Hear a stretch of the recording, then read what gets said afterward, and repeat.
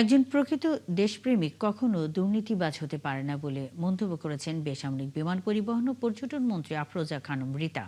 তিনি বলেন, দেশপ্রেমিকের মূল লক্ষ্যই থাকে দেশকে এগিয়ে নেয়া। রবিবার মানিকগঞ্জ সরকারি দেবেন্দ্র কলেজে স্নাতক প্রথম পর্বের শিক্ষার্থীদের নবীনবরণ অনুষ্ঠানে প্রধান অতিথির বক্তব্যে তিনি একথা বলেন। মন্ত্রী বলেন, শহীদ রাষ্ট্রপতি জিয়াউর রহমান ও সাবেক প্রধানমন্ত্রী বেগম খালেদা জিয়া দেশের মানুষকে দেশপ্রেমের শিক্ষা দিয়েছেন, শিখিয়েছেন অন্যায়ের বিরুদ্ধে আপোষহীন থাকতে।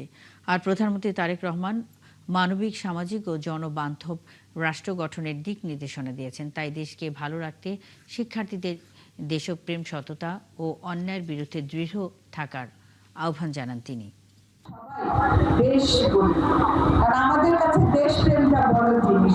যদি আমাদের মাঝে দেশপ্রেম না থাকে তাহলে আমরা কোনো কিছুই আমাদের দ্বারা সম্ভব হবে না। একজন দেশপ্রেম মানুষ কিন্তু কখনো দুর্নীতিবাজ হতে পারে না।